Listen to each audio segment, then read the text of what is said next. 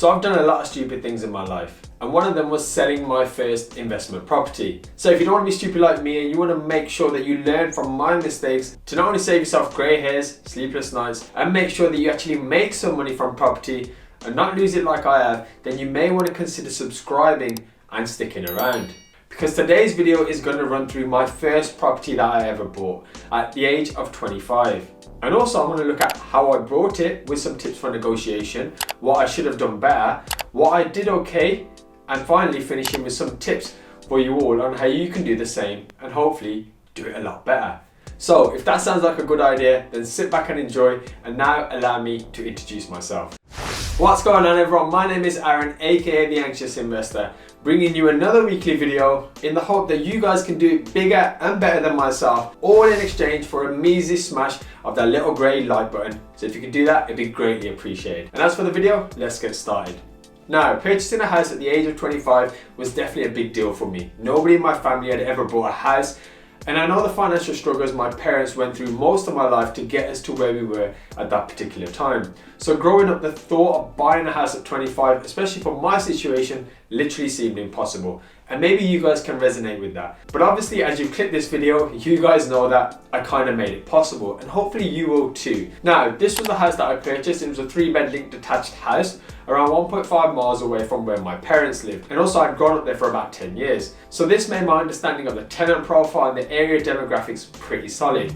I also knew what roads to go down at night, what roads not to go down, and where families were more likely to go. So as you can see, this is what I purchased it for, and one of the best things with this property was I actually bought it from a motivated seller. Something I'm going to touch on future videos for yourselves. But this is basically someone who wants to sell it quickly or cheaply, as money isn't always their biggest concern, which may surprise some of you. But you'll realize that the more time you spend in this game, that money isn't always the number one important thing for a lot of people. Even though right now for some of you, it may seem like the number one goal. Now, how did I buy this? Now, knowing that I needed a 25% deposit to put down for a buy-to-let mortgage, I needed to have roughly around £29,000 of savings. But as I explained in this video here, a 25% deposit is not the only money that you're going to be departing with when you buy a house. There's also stuff like broker fees, legals, insurance, all of which I touch on that video. And alongside this, if there's any works that need doing as well, you also need to allocate some money for that too. Now, in relation to how much could this rent for, this was something I needed to know before I started the process. And having done a bit of online research, not too much if I'm honest, they range between 575 and 625. Now, as you can see here, this is what they're rented for currently. And this is actually what they're selling for now, which kind of makes me sick as I'm doing this video. But to avoid vomiting on camera, let's get back to buying this house and back to explaining this for yourselves. So I got this via an estate agent, Dixon's to be precise, and for this one I was actually allowed to meet the vendor at the viewings, which isn't always the case, but it's definitely a plus if you can do so. And being a grown man, 25 years old at the time, you simply just don't go to property viewings by yourself. You take your mum with you. But in all honesty, as this was the biggest purchase in my life, I definitely needed a second opinion. So whether it's your mom, your brother or your sister, make sure you take somebody along with you, as it's always useful to get another set of eyes on the particular situation. Now, we got speaking to this vendor, and within a few minutes we found out so much about this lovely lady. And sadly, she opened up about what was going on in her personal life and why she was such a motivated seller. A separation was on the cards, and her partner had moved on and literally didn't give a shit about the house. And due to the way that she was feeling about her partner, she was literally ready to sell it for whatever. And if I knew what I knew now, back then, I'd have definitely snapped this house up, in my opinion, much closer to £100,000. I'm pretty certain of it. But back then, negotiation wasn't a skill of mine. And I didn't want to look cheap, which sounds really dumb, because let's be honest, you can't be cheap when you're spending £30,000 on a property. But this is why I'm kind of sharing this and my thought process with you all, so you don't end up doing stupid stuff like I did. So anyways, she literally said, guys, offer me a price that you can do, as we had built up a great rapport. And I remember a kind of Dragon's Den moment of me and my mum walking to the side of the room and talking to the wall and thinking, you know, should we take 500 off? Should we offer 1,000 or maybe 1,500 off? And we kind of went with 1,500, and she accepted it literally within seconds, which made us feel happy, but also somewhat silly, because you know there was just so much more room for negotiation to be had. But nonetheless, it was what it was. And I wasn't going to try and lowball her somewhere down the road, as my word is always very, very important. And this was the price that we settled on.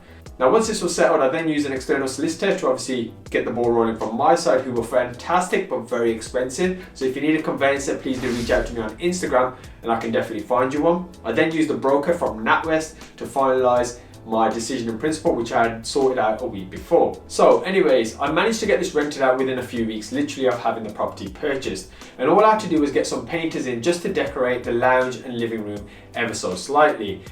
And we ended up renting it to people I knew. Mistake number one.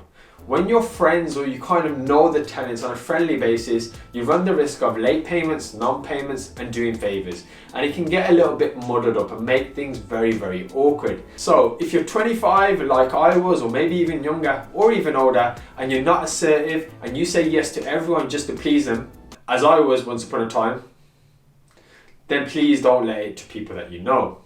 So with that, I want to touch on some more things that I definitely should have done differently. The first is obviously I could have got it cheaper. And knowing what I know now about motivate sellers, that's a perfect way not just to solve their problem, but also grant yourself a perfect opportunity.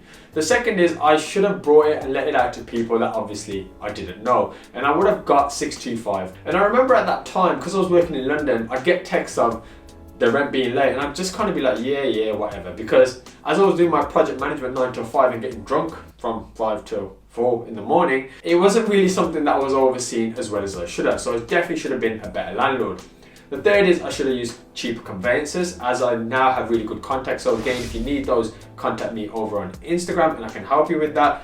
And the fourth is I should have definitely put this on an interest-only mortgage. So if you want to learn more about the pros and cons of that, please do check this video out, as I had initially brought this on a repayment mortgage, paying a lot more. The fifth point that I want to mention is I shouldn't have sold this. Yes, I sold it for £125,000 2 years later without literally doing anything, but it would have been worth so much more now. And I could have even released equity to go on and buy this house, which I purchased 2 years later. The sixth is I should have tried to claim compensation for Japanese knotweed.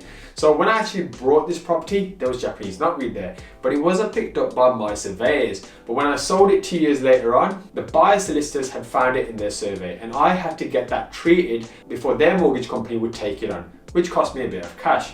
Now, I don't know if I could have got that reimbursed, but it was definitely something that I was quite annoyed by. So maybe if this happens to you, then try and get a reimbursement there. Now, also it's very easy to pick faults and mistakes on things that we always do wrong. But I think I did do some things good as well, which you may learn from. So what did I do well? Firstly, I got the ball rolling. A lot of people spend years in analysis paralysis, and sometimes I've looked back and I think being so carefree at that age with disposable income allowed me to get out there and get my feet wet and learn. Literally, I learned so much. And sometimes we're often our own worst enemies if we don't have that freedom. I also had landlord experience, which helped me later on in my journey when obviously going full-time like I am now. I understood about Japanese knotweed, which was obviously, a costly thing.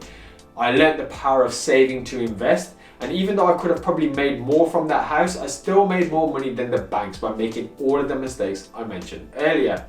I also learned how to negotiate, but also the importance of building genuine rapport. The way we was able to build rapport with the initial vendor allowed me to not only excel my property journey today much quicker, but it also showed me that even if you and I lack in certain traits, we also have some great ones as well that we should be very proud of.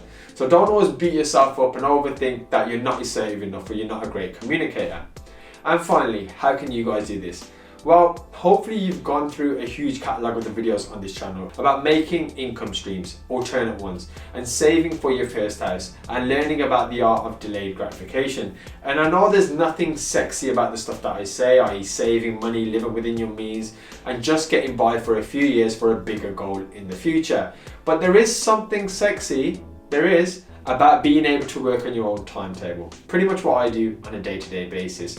As many of you know, and my IG family know, is I'm always available to speak to many of you throughout the week. And this is because I designed my life this way, making the sacrifices in my early years to allow me to live how I want to live now. So please try and think long-term, put that work in now, trust the process. And if you have any questions, I try my absolute best to not only guide you through the comments below, but also over on Instagram without ever taking advantage of you. And with that, my beautiful friends, I'm going to roll some bloopers now, and thank you all so much for your time today. I hope you have a great day. And that was my first property at 25, and hopefully you guys can do it quicker, better, and make a lot more money than myself. And I'd love to hear about it. So until next time, thanks for watching. So for today's video, but if there's any itchy nose.